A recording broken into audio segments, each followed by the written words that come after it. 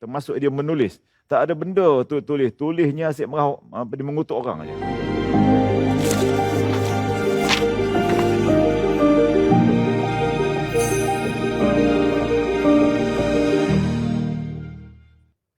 A'udzu billahi minasyaitonir rajim. Bismillahirrahmanirrahim. Innal hamdalillah nahmaduhu wa nasta'inuhu wa nastaghfiruh wa na'udzu billahi min syururi anfusina wa min sayyiati a'malina. Man yahdihillahu fala mudhillalah wa may yudlilhu fala hadiyalah.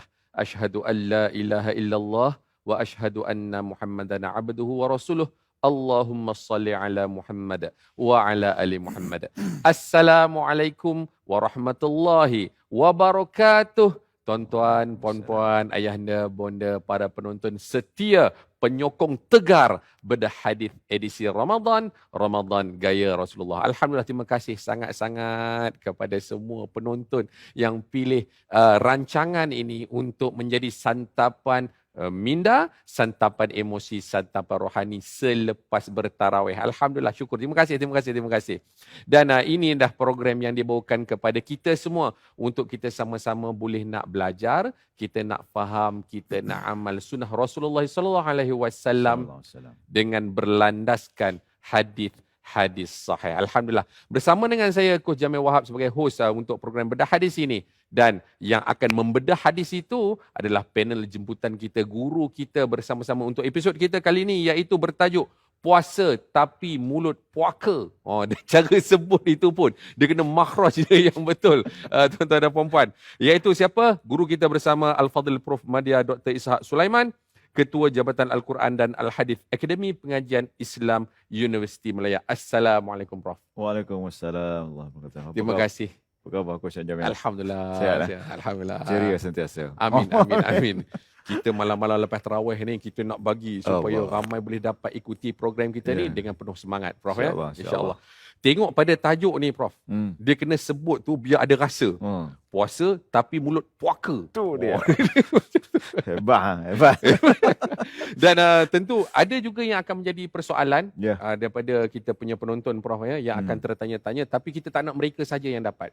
Kita nak mereka dan juga keluarga mereka, saudara mara, jiran, semua nak kena dapat apa perkongsian daripada Prof. Oleh itu kita nak mengajak kepada tuan-tuan dan puan-puan, share. Tu dia. Banyak 3 kali sebut share. Supaya ramai boleh dapat manfaat daripada perkongsian kita ni, program kita ni. Okey? Share, bagi, tekan butang love, butang like, semua tu tekan, memeriahkan majlis ilmu kita pada malam ini. Juga tuliskan komen dalam ruangan komen itu agar ramai boleh dapat manfaat. Mungkin ada sahabat-sahabat kita yang masuk lambat sikit, jadi mereka tahu, ini pelajaran yang telah dikongsikan. Tuliskan learning point tu. Juga suka untuk kita nak meminta, menyeru kepada tuan-tuan dan puan-puan untuk follow My Hadith Time punya laman sosial. Seperti mana yang tertera pada skrin anda. Adanya YouTube My Hadith Time, adanya Twitter My Hadith Time, adanya Instagram My Hadith Time dan Facebook My Hadith Time. Okey. Jadi, Prof, kita nak mulakan perkongsian kita dengan tajuk Puasa Tapi Mulut Puaka. Saya akan bacakan hadisnya, insya-Allah. Maksudnya, dan kemudian kita akan minta Prof lah untuk nak kupaskan lah, bukan saya. InsyaAllah. Bukan saya, insya-Allah. Kita cuba. Sabda Rasulullah sallallahu alaihi wasallam, "Man lam yada' qaula zur wal 'amala bihi wal jahl, falaysa lillahi hajjah an yada'a ta'amahu wa syarabah." Maksudnya, sesiapa yang tidak meninggalkan kata-kata dusta dan masih melakukannya berkata dusta itu serta tidak meninggalkan kejahilan, maka Allah tidak menerima usahanya berpuasa, meninggalkan makan dan minum. Hadis riwayat Al-Bukhari nombor 6057. Baik, Prof. Sepintas lalu, saya sebagai orang yang baru nak belajar, baru kenal hadis ni. Bila tengok ni, saya tahu kalau saya buat benda ni, dia ada kesan dia. Ini cause and effect. Betul. Okey. Apa yang saya buat tu, iaitu kalau saya tak tinggalkan kata-kata dusta, satu. Dan satu lagi, buat lagi, saya tak tinggalkan kejahilan. Ada 2. Buat kata-kata dusta, satu lagi buat jahil. Apa yang berlaku, Allah Ta'ala tak terima puasa saya.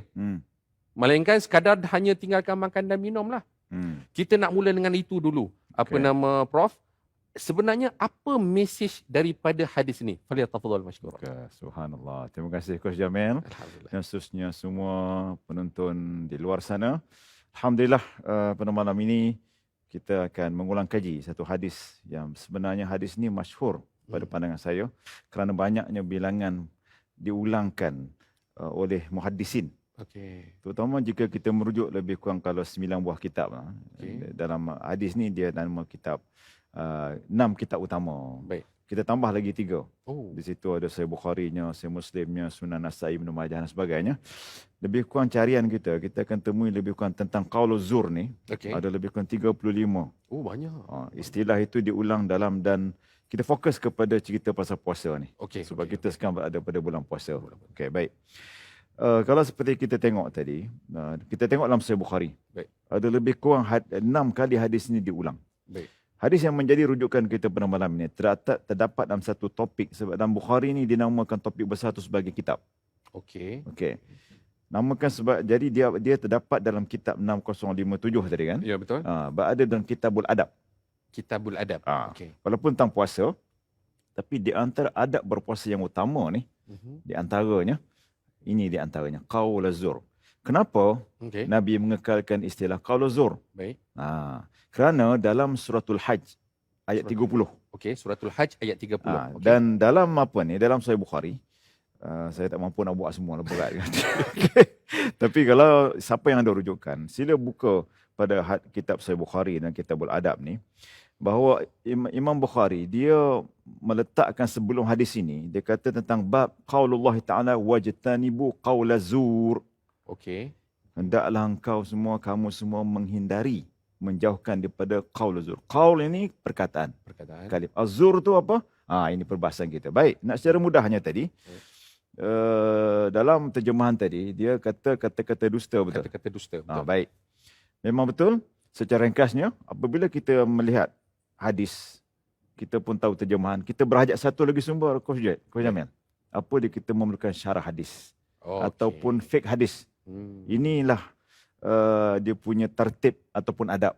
Ataupun etika. Bila kita baca ayat Quran, kita perlu terjemahan kan? Betul. Tapi kita perlukan tafsir. Setuju. Okay? Sebelum kita letakkan otak kita, pikiran kita. Begitu juga hadis, kita kena menghormati. Baik. Bila kita baca tadi hadis Bukhari, paling tidaklah kita merujuk di antaranya, kalau ahli sunnah wal jamaah ni kita rujuk nama satu kitab Fathul Bari. Fathul Bari. Okey. Boleh, saya rasa Coach Jamil pun biasa dengar ni kan? Biasa dengar. Dengar. Ada tak nama orang Muhammad Bari? Ada. Ada. Okay. Fathul Bari pun ada nama orang? Ada. Okay, Alhamdulillah. Okay. Jadi yang nak ceritanya, dalam Fathul Bari, Ibnu Asqalani memberikan satu huraian dan kita pun mampu memahami al-kazibu. Al-qauluz zur maksud dia al-kadhib. Okey. Bohong. Okey. Mudah getinya tak boleh bohong. Okey. Ada satu lagi istilah bersama qauluz zur, syahadatuz zur. Syahadatuz zur. Okey. Qaul ni kata. Syahadah ni saksi. Okey. Saksi bohong. Jadi az-zur ni al-kadhib. Okey. Seumpama maksud dia bohong. Kenapa bohong ni Nabi sebut? Walaupun kita ni berpuasa, tapi siapa yang berbohong, seolah pahala puasanya tak ada. Yang ada cuma dia lapar dan dahaga. Allah. Menarik. Kerana dalam satu hadis yang lain, di antara dosa-dosa besar ni, al-isyraku billah, kita melakukan syirik kepada Allah, kita uquq walidain, kita bermadrahaka kepada ibu bapa. Satu lagi Nabi kata, di antaranya ialah qauluz zur atau syahadatuz zur. Jadi bohong ni satu perkara yang cukup jelas. Jadi orang Islam, kita diajak semua ya, tuan-tuan dan puan-puan, anak-anak semua dan penonton, kita kena berusaha bercakap benar. Kita kena berusaha mengatakan qaulun kalimatun thayyibah. Jadi kalimah-kalimah kita yang baik. Kerana apa? Inilah sebenarnya tanduk orang berpuasa. Dia bukan saja dia mengokang dia menahan makan minum, tetapi syahwat dia yang mengeluarkan kata-kata yang keji, yang menggambarkan seorang tu kuasa yang berkata buruk, termasuk dia menulis. Tak ada benda tu tulisnya asyik dia mengutuk orang aja. Ini stoplah bulan puasa ni, taubatlah. Okey, sebab itu kembali balik pada cerita fake hadis. Itu yang pertama tadi qauluz zur. Saya nak lanjutkan lagi. Dalam masa yang sama, kita akan melihat pada hadis ni wal amal. Jadi Nabi nak beritahu orang yang tak berhenti-henti dia bohong ni mohong saja. Jadi dia terus pagi dia bohong, tengah hari dia bohong, sebelum buka pun bohong contohnya lah. Hidupnya penuh dengan pembohongan. Ini biasa berlaku. Sekarang kita bimbang sampai kepada benda yang tak kita pasti pun kita just forward je.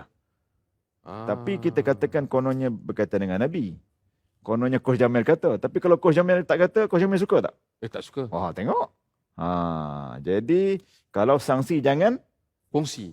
Wah, itu dia tagline kita. Jadi, kembali balik poin ketiga. Nabi larang kita terus berbohong.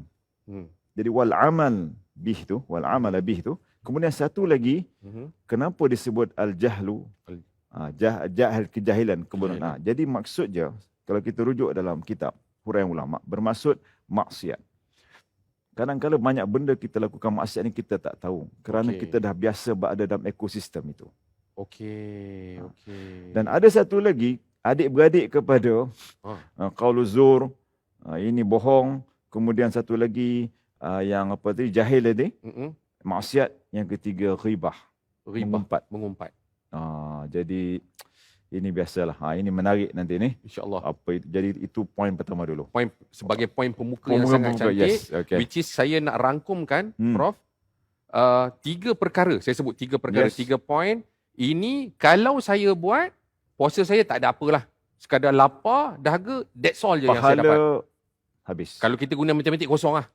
Matematik kosong. Walaupun puasanya mungkin tidak batal. Ini pun perbincangan ulama. Puasa sah. Ya, puasa sah. Dia punya quality of fasting tu. Cakap bahasa Inggeris. Tuan-tuan dan puan-puan. Ini 3 perkara, tuan-tuan dan puan-puan. 1, jangan terus cakap bohong. Yang nak bohong pasal apa? Jangan. 1, jangan cakap bohong. 2, jangan teruskan amal-amal maksiat. Dan antara kita perincikan amal maksiat itu berkaitan dengan ghibah, yakni mengumpat. Tuan-tuan dan puan-puan, perbincangan dimulakan dengan membuka minda apa makna yang dibawakan dalam hadis ini, dan kita nak teruskan, nak kupas lagi apa lagi mesej dalam hadis ini. Dengan sama-sama kita terus menonton rancangan ini. Kita nak berhenti rehat sebentar, teruskan bersama dengan Bedah Hadis edisi Ramadan Gaya Rasulullah. Kita kembali selepas ini.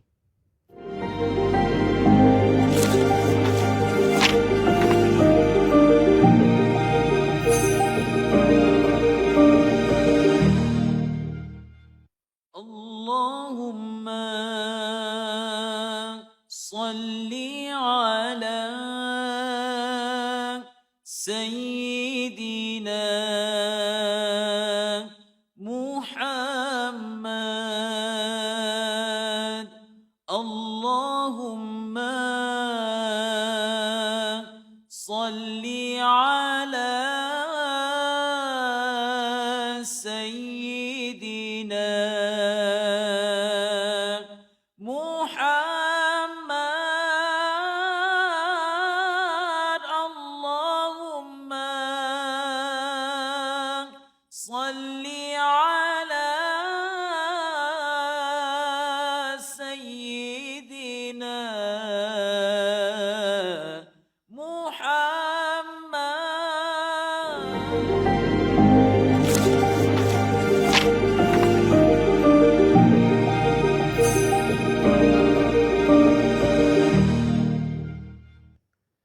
Bismillahirrahmanirrahim. Alhamdulillah. Terima kasih tuan-tuan dan puan-puan kerana terus setia bersama-sama dengan kita di Bedah Hadis edisi Ramadan Gaya Rasulullah. Kita menjemput untuk tuan-tuan dan puan-puan sekalian untuk terus follow,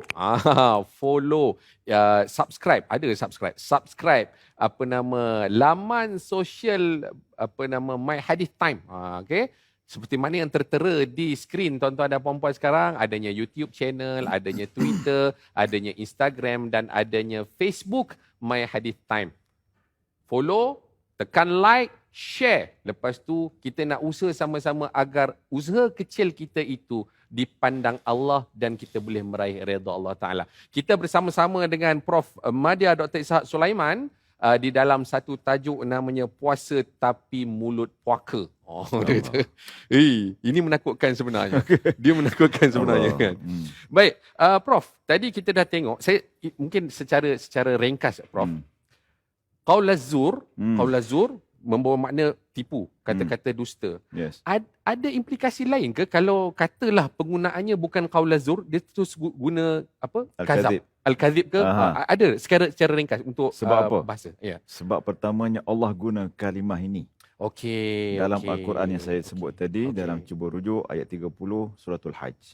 Wajtanibu qaul az-zur, kata Allah. Cerita ni tentang orang yang berada dalam keadaan ihram mengerjakan haji atau umrah ni.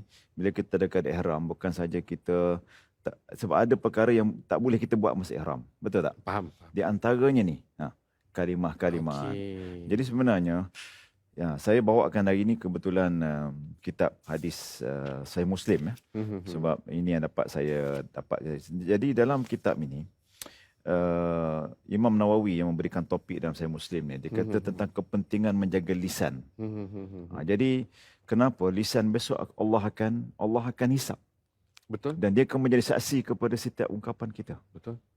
Jadi bayangkan benda yang cukup besar ni, terutama kita berdusta menolak kebenaran yang Allah sebut, yang Allah syariatkan, yang Allah telah berikan ini keyakinan, keimanan mesti terima, tapi kita tolak. Kita tolak banyak ini sebenarnya menggambarkan kita berdusta sebenarnya. Bila Allah mendatangkan kebenaran, kita tolak. Allah kata wujudnya neraka dan syurga. Wujudnya pasti berlaku kiamat. Tapi kita tolak dengan kalimah kita. Itu sebenarnya juga kita mendustakan kebenaran. Jadi sebenarnya kebenaran tak boleh ditolak. Terutama yang berkaitan dengan agama, perintah Allah ini. Dia memerlukan ilmu. Ini sebenarnya. Setuju. Jadi sebab itu kenapa ada jahil tadi. Ya. Kebanyakan orang berada dalam keadaan dosa, kadang-kadang dia tak tahu. Kerana dia berada dalam ekosistem. Ini sebabnya kan. Ekosistem tu mengajar mesti bohong contoh ataupun biasa bohong ni. Ya. Ini tak betul. Inilah masanya tuan-tuan dan puan pada diri saya, pada kita semua. Bahawa bulan puasa ni kita tahan semua ni sebagai satu proses tarbiyah. Untuk memastikan puasa kita puasa yang takwa. Kita bukan nak puasa orang awam ni. Seperti Al-Ghazali, Imam Ghazali kata puasa yang paling rendah puasa orang awam lah. Ini macam yang Nabi kata ni. Sekadar makan minum tapi solatnya kadang-kadang kala. Kadang-kadang buat, kadang-kadang lupa. Kadang-kadang sengaja tak buat. Kadang-kadang masa puasa dia pun macam tak puasa aja. Di sudut cara tu. Mungkin dia aktif tu bagus. Kita tak salah. Tetapi jangan sampai peringkat kita semacam melanggar apa yang telah Nabi kata. Supaya puasa ni kita kena sabar. Tapi mungkin bergaduhnya kuat. Maklumlah kan. Terlanggar sikit pun semua nak jenis. Tak boleh kata win-win. Semua nak win dengan lose kan. Jadi sebenarnya bulan puasa ni bulan satu mendidik. Bukan saja makan minum. Kita menahan siang hari. Tetapi sampai peringkat perkara-perkara yang melibatkan keluar daripada lidah ini. Lidah kita, lisan kita tu. Kerana mulut, badan binasa. Kerana mulut, santan habis. Jadi, Prof, bila sebut tentang kita ni, bila berpuasa, kita nak tahan. Kita nak tahan. Puasa itu sendiri pun antara makna adalah menahan diri. Menahan diri satu dari sudut perkara-perkara yang membatalkan puasa, juga nak latih diri ini agar jadi orang yang memang boleh uruskan diri dengan baik. Dan bila menyebut tentang uruskan diri dengan baik, dia bukan sekadar kita sebut lisan itu yang bercakap, dia juga perkataan yang dituturkan menggunakan jari. Itu. Sebab ini zamannya. Betul. Ini zamannya. Media sosialnya dengan mungkin zaman dulu mungkin surat.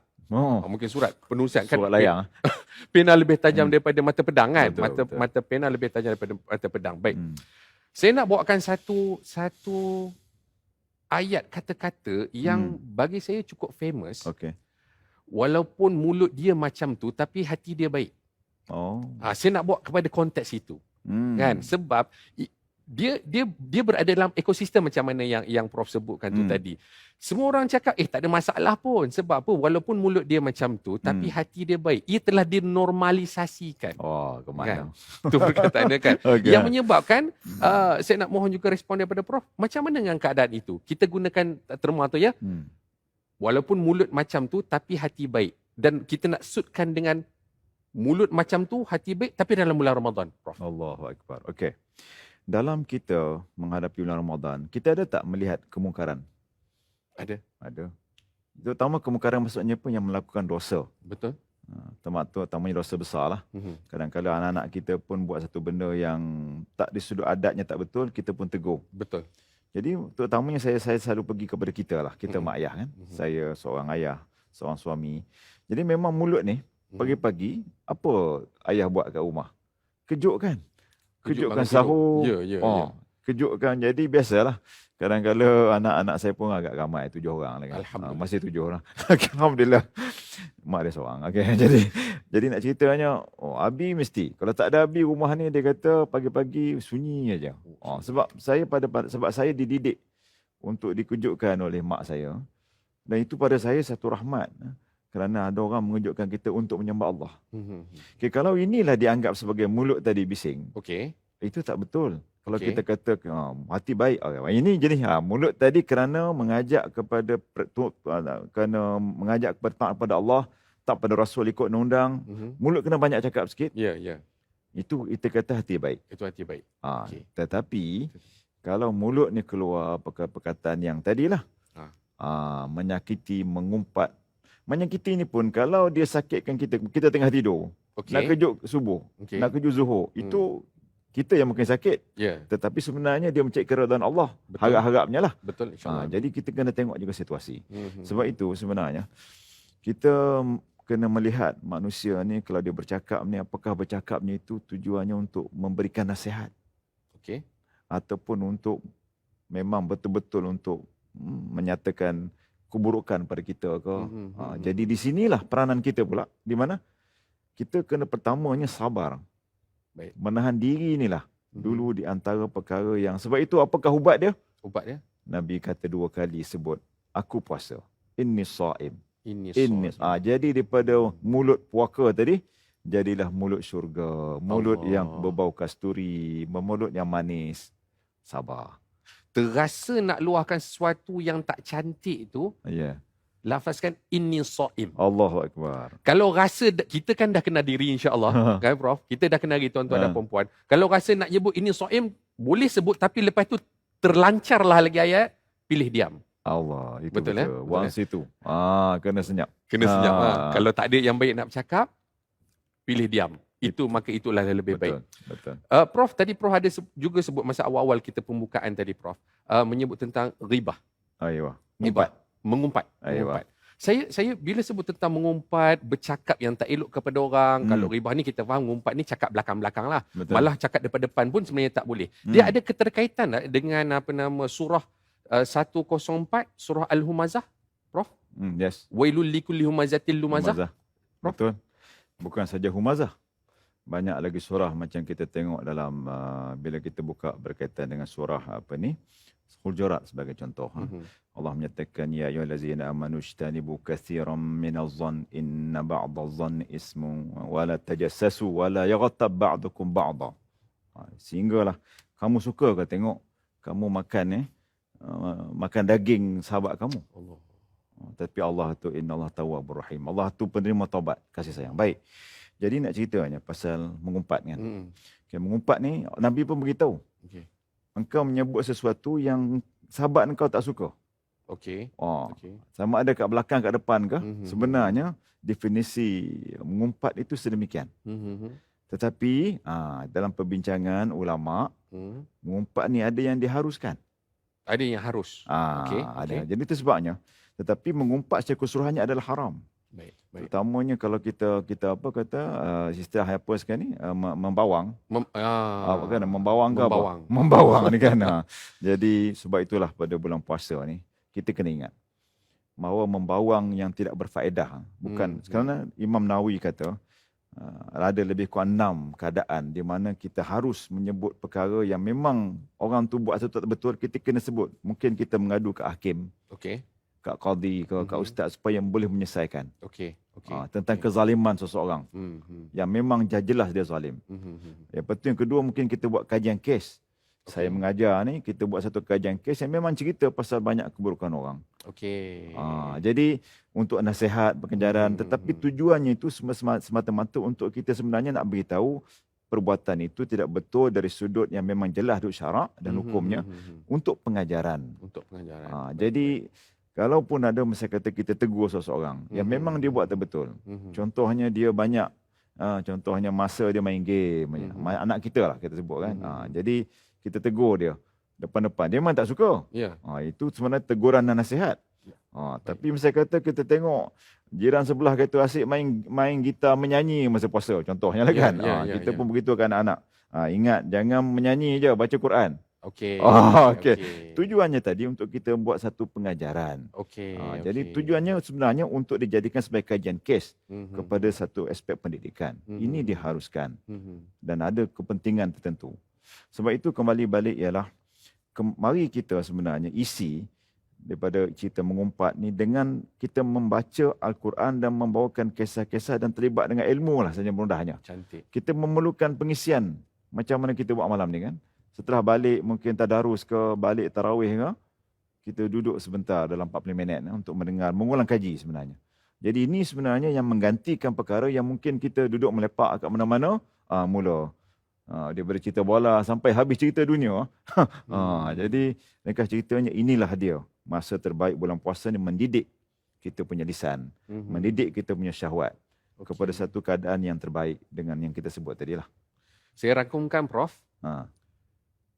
Tips yang Prof dah bagi itu sebenarnya, macam mana nak elak daripada tergolong dalam golongan orang yang bercakap dusta dan juga amalkan yang jahil tu tadi, maksiat, iaitu saya ada masa, kalau kita sebutlah saya ada masa 24 jam, kalau saya tak isi masa saya dengan benda-benda bermanfaat, maka dia automatik akan terisi dengan yang tak bermanfaat. Betul. Okey. Maksudnya kalau saya sebelum ini duk banyak isi dengan duk bercakap yang bukan-bukan, duk menulis yang bukan-bukan, maka nak elakkan daripada berlaku itu, maka isilah dengan baca Quran. Betul. Cakap benda baik. Betul. Kalau rasa tak boleh sangat, isilah dengan diam. Okay. Berzikir, istighfar. Istighfar lah banyak-banyak. Sebab salawat. Okay. bulan Ramadan ini memang kita nakkan dapatkan keampunan daripada Allah Subhanahu Wa Taala. Okay. Tuan-tuan dan puan-puan, jika nak bercerita tentang mengumpat, mencarut ke apa semua ni, dia punya cerita fiqah dia tu sangat panjang tuan-tuan dan puan-puan. Kita ada soalan-soalan yang nak ditanyakan lagi kepada Prof kita, jemputan kita pada malam ini. Namun kita nak berhenti rehat sebentar, jangan ke mana-mana, teruskan bersama-sama dengan Bedah Hadis edisi Ramadan Gaya Rasulullah. Kita kembali selepas ini.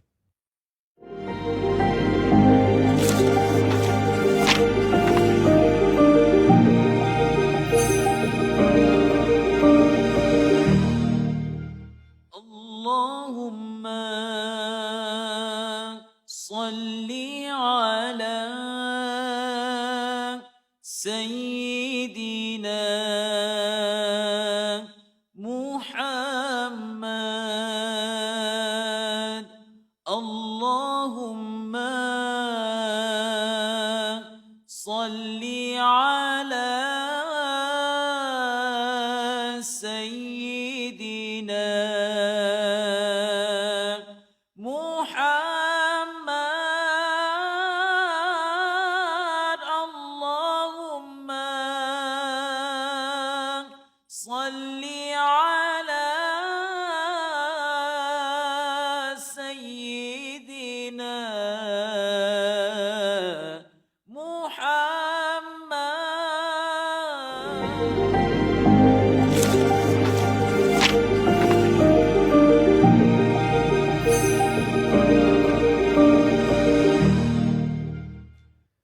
Bismillahirrahmanirrahim. Alhamdulillah. Terima kasih tuan-tuan dan puan-puan, para penonton Bedah Hadis edisi Ramadan Gaya Rasulullah. Terima kasih. Terus support kami, terus sokong untuk bersama-sama mengambil manfaat daripada program ini.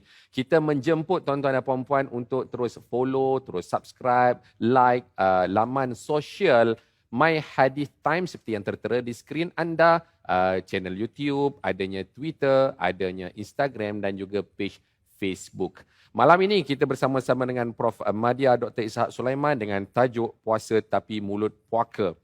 Doktor, kita ada mengumpulkan beberapa soalan daripada para peserta kita, Doktor, yang akan saya tanyakan. Tapi sebelum itu, Doktor, kita nak sentuh sedikit tentang, biasa kita sebut bila bercakap, verbal lah, verbal. Dan kita ada sebut tentang non-verbal communication.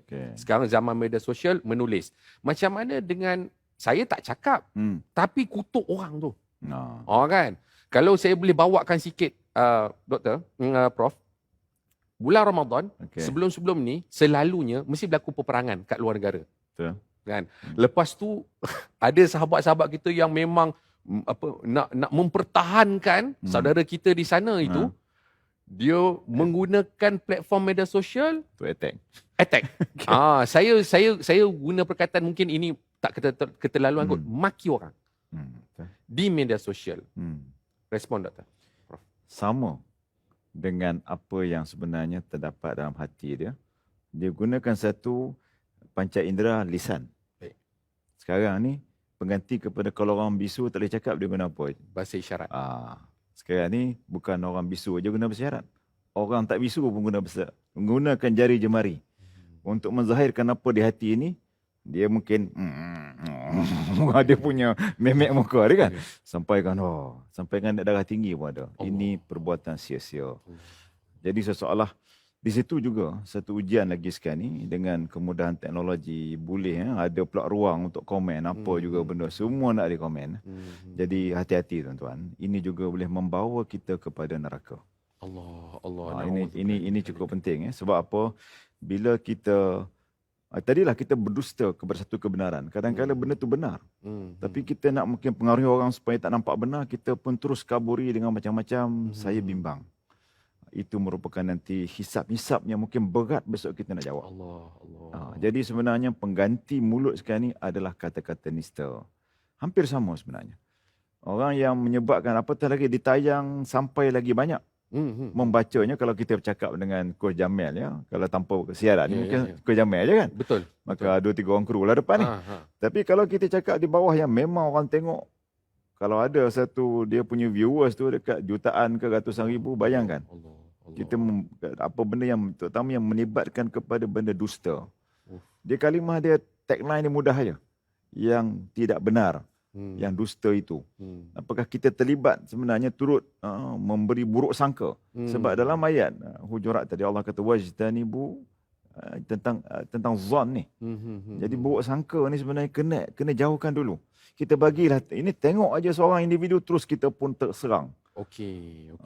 Kita tak suka pada individu habis dengan baju dia pakai. Kenapa ustaz ni pakai baju macam ni contohnya lah kan. Semua bentuk kita zahirkan. Apa salahnya walaupun mungkin tak berkenan ke mata, sabar dulu. Jangan kita sampaikan di jari dan mulut kita. Inilah proses sabar dalam menahan diri dalam puasa. Jadi ingat tuan-tuan jari jemari juga menjadi saksi. Mungkin kita tak mengambil tapi kita menulis. Jadi menulis sesuatu yang dusta, qaulu zur, ini saya bimbang puasa kita juga nanti akan nil. Hanya menahan lapar dan dahaga saja. Habis kualitinya. Wallahu alam. Apa lagi yang kita nak buat bertemu dengan Allah Subhanahu Taala, tuan-tuan dan puan-puan? Sama ada secara bercakap ataupun bertulis, dua-dua ini mesti kita tahan. Mungkin ada waktu kita rasa geram. Betul. Tinggal lagi luahkan geram tu, dia ada dua ya, doktor, apa Prof? Satu, saya luahkan geram yang boleh dapat redha Allah Taala. Satu lagi luahkan geram yang menyebabkan Allah Taala murka. Pilihlah. Betul. Tapi bukan suruh pilih untuk nak buat dosa, itu tidak. Dia tentang pilihan lah, Prof. Betul. Baik, kita nak teruskan kepada soalan-soalan peserta kita, Prof. Boleh, insyaAllah. Kita nak tengok soalan. Soalan yang pertama. Di neraka, mulut mereka robek dan dari robekan itu mengalir darah. Rasulullah berkata, mereka adalah orang-orang yang berbuka sebelum tiba waktunya. Adakah hadis ini sahih? Ini tentu. Mohon penjelasan Ustaz. Mohon penjelasan Prof. Ini nama orang ni simpan nota. Kemana. Jadi saya pun mungkin di antara koleksi hadis yang dia jadi koinsiden lah. Sebab kita pun mengajar hadis kan. Jadi kita juga mengumpulkan hadis-hadis yang sahih hasan, hadis dhaif semua. Dan ingatlah, ini sebenarnya hadis menarik dan mungkin ramai orang tak bersedar. Baik. Jadi apabila kita dengan sengaja, kita berpuasa ni, Coach Jamil. Kita berpuasa. Tapi dengan sengaja kita buka puasa sebelum waktu. Sengaja. Itu perkataan dia. Bukan kerana terlewat 4 minit yang berlaku di negeri tertentu tu kan. Itu terawal 4 minit sebagainya. Itu bukan kerana itu. Tapi dengan sengaja. Dengan sengaja mungkin itu sebabnya. Dengan sengaja apakah kita sengaja nak challenge ke atau nak permainkan ke? Ini istihza' itu istilah. Mempermain-mainkan itu menjadi satu, ini ceritanya. Orang mempermainkan hukum Allah, mencabar hukum Allah, mengejek-ngejek ini, jangan. Allah akan balas. Allah. Sebab itu hukum Allah. Ya. Jadi tapi hadis ini, Ya. hadis sahih, Hadis kita sahih. boleh tengok dalam Nasa'i Sunan Kubra. Sumber dia. Sumber dia. Dan apabila yang terakhir tu, terutamanya kalimah terakhir tu, memang saya boleh bacakan kat sini lah. Silakan. Kebetulan dan Nabi kata macam mana? Orang yang diazab ini, terutama azab itu mungkin cuma robekkan itu saya kurang pasti, tetapi nak ceritanya diazab. Azab dia tu. Azab apa? Sebab apa? Allazina yuftiruna qabla tahillati saumihim. Okey. Jadi dia tu berbuka puasa sebelum dibolehkan, dibenarkan. Tapi dia buka dengan sengaja. Dengan sengaja. Jadi tetapi sumber hadis ni sahih. Sebab itulah pengajarannya. Ya, kita pastikan waktu buka ni masuk betul-betul. Dan saya yakin ramai yang memang betul-betul serius nak buat buka ni. Tapi jangan kita sengaja nak tunjukkan kita ni. Saya bimbang nanti kita buat tu semacam kita nak mencabar ke, nak memainkan ke sunnah Nabi. Jangan tuan-tuan. Terutama orang Islam lah. Wallahualam. Nak dipanjangkan daripada soalan tu tadi, Prof. Mungkin ada antara penonton kita bahawa dulu-dulu saya pernah buat macam tu. Okey. Kan saya zaman jahil saya kan duk tinggalkan puasa, tapi alhamdulillah Allah Taala dah mengetuk pintu hati saya pun berusaha nak jadi lebih baik, dan alhamdulillah Ramadan ini saya dah berusaha untuk nak jadi lebih baik. Yang cerita dulu-dulu tu perkara yang dah berlaku tu, apa yang patut saya buat, Prof? Nabi bersabda, puasa ni kafaratun, merupakan kafarah dosa. Ghufira lahu ma taqaddama min dzambihi, kan? Itu siapa yang berpuasa, man shoma Ramadan imanan wa ihtisaban, ghufira lahu ma taqaddama min dzambihi. Bila berpuasa dengan keadaan beriman dan sentiasa mengharapkan puasa yang Allah terima. Jadi Nabi kata akan diampunkan segala dosa yang telah lepas. Jadi puasa ni merupakan kafarah. Jadi jangan bimbang tuan-tuan dan kita semua. Memanglah kita tak sunyi daripada kesilapan.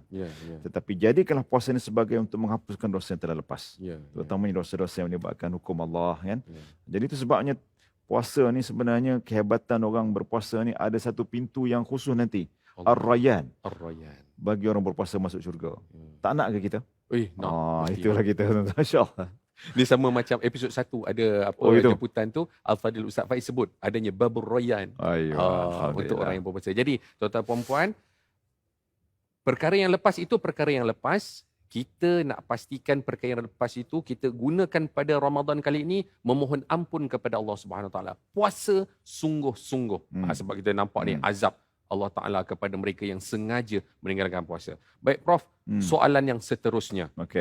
Soalan yang seterusnya kita.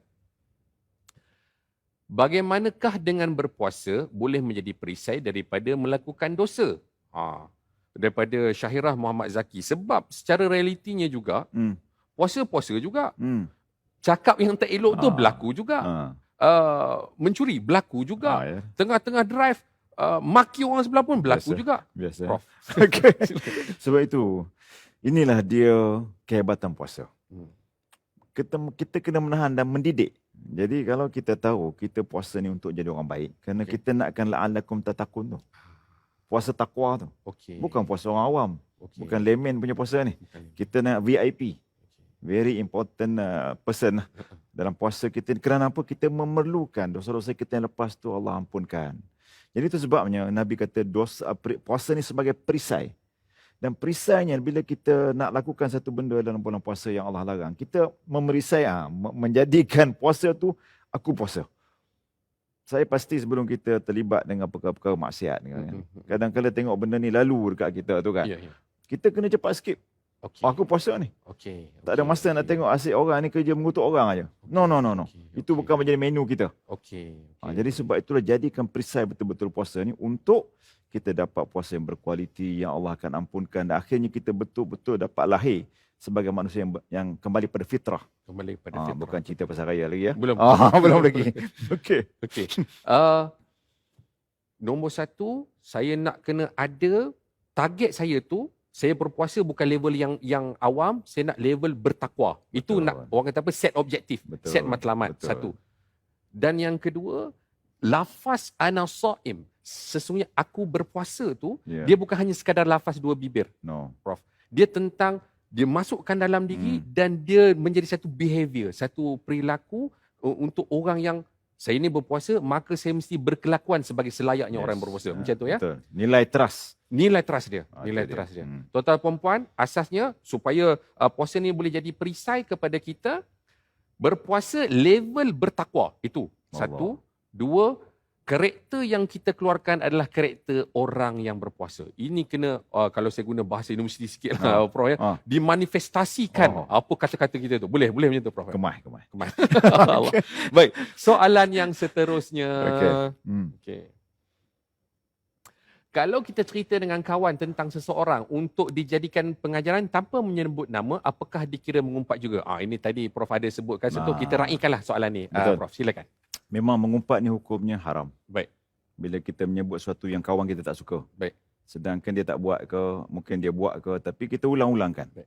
Sedangkan kita disuruh kalau ada kelemahan kawan kita tu, cuba tutup. Daripada cerita orang lain. Ceritanya ni, kita bawa cerita pada orang lain. Okey.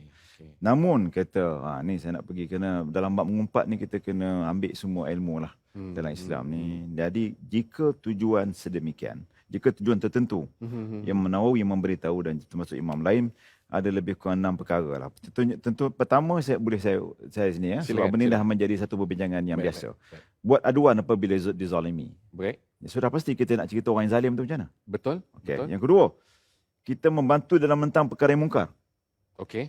Kita nampak ada orang tak puasa. Begitu terang-terangan dia keluar rumah.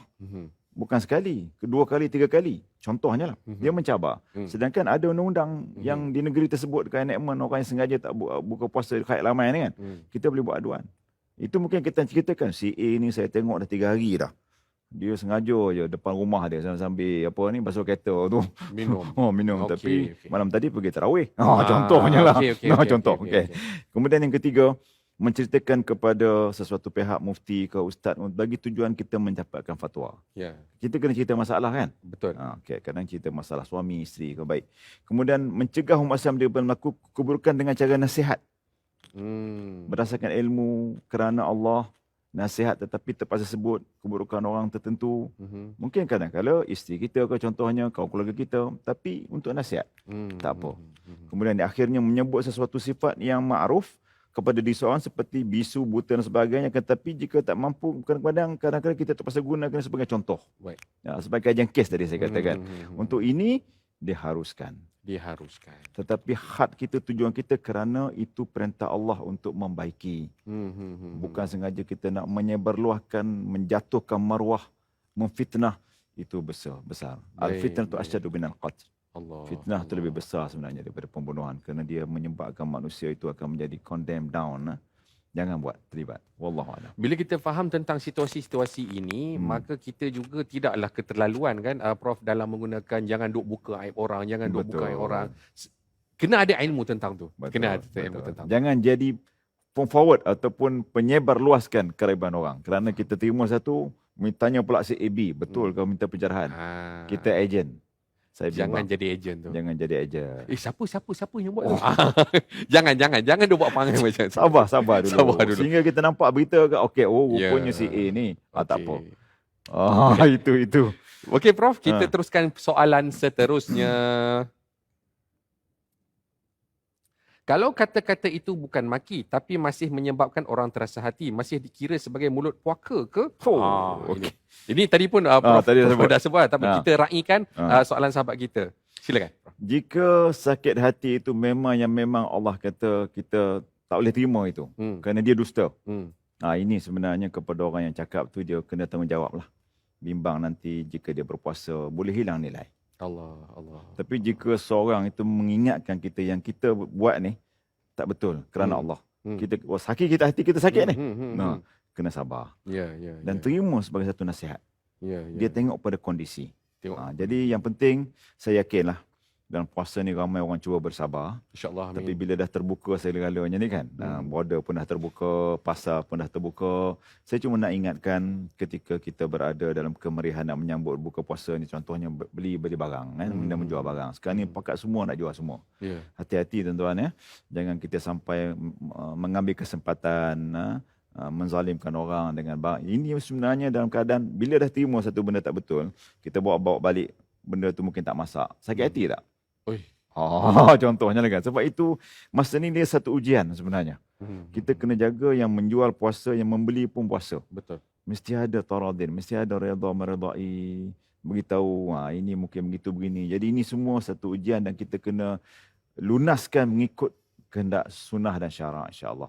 Dia selamat. Alhamdulillah. Terima kasih Prof. Perkongsian sangat jelas, sangat mudah kita nak amalkan tuan-tuan dan puan-puan. Di hujung ini, saya suka guna perkataan ni Prof. Buah simpul Prof. Dengan tajuk kita puasa tapi mulut puaka. Prof, silakan. Marilah kita menjadikan mulut kita ni sebagai jalan kita pintu ke syurga. Kerana mulut ini jika kita baca dengan kita gunakan lisan yang baik, zikrullah, dia akan menjadi amal ibadat. Namun jika kita gunakan mengikut hawa nafsu yang melanggar perintah Allah, saya bimbang kita akan menjadi orang yang menghampiri pintu neraka. Jadi berpuasalah dengan bertakwa tadi. Semoga kesemuanya termasuklah kita punya percakapan, pergerakan ini, percakapan ini mengikut syariat Allah. InsyaAllah puasa kita, puasa yang diterima Allah. InsyaAllah. InsyaAllah, amin. Jazakallah khair Prof. Kerana Wayak. bersama-sama kita. Alhamdulillah. Jazakumullah khair kepada tuan-tuan dan puan-puan yang terus bersama-sama sampai ke penghujung rancangan. Tentunya perkongsian pada malam ini kita nak kongsikan dengan ramai lagi sahabat kita, saudara mara kita, kawan-kawan kita. Tuan-tuan dan puan-puan, teruskan share agar ramai boleh dapat manfaat dan semoga dengan usaha kita share itu dipandang Allah dan kita boleh meraih redha Allah Ta'ala. InsyaAllah tuan-tuan dan puan-puan. Sehingga setakat ini kita bersama, insyaAllah kita akan bersama lagi dalam episod-episod yang akan datang. Tuan-tuan dan puan-puan, teruskan menyokong Bedah Hadis edisi Ramadan. Tuan-tuan dan puan-puan, kita nak pastikan Ramadan kita pada kali ini dan yang akan datang menjadi Ramadan yang lebih baik, lebih bermakna, menjadi orang yang bertakwa. Aku qouli hadza wa astaghfirullahal azim li wa lakum. Bedah Hadis edisi Ramadan. Ramadan gaya Rasulullah. Saya Coach Jamil Wahab. Assalamualaikum. Allahumma salli ala Sayyidina Muhammad. Allahumma salli ala Sayyidina Muhammad. Allahumma salli ala Sayyidina Muhammad. Allahumma salli ala Sayyidina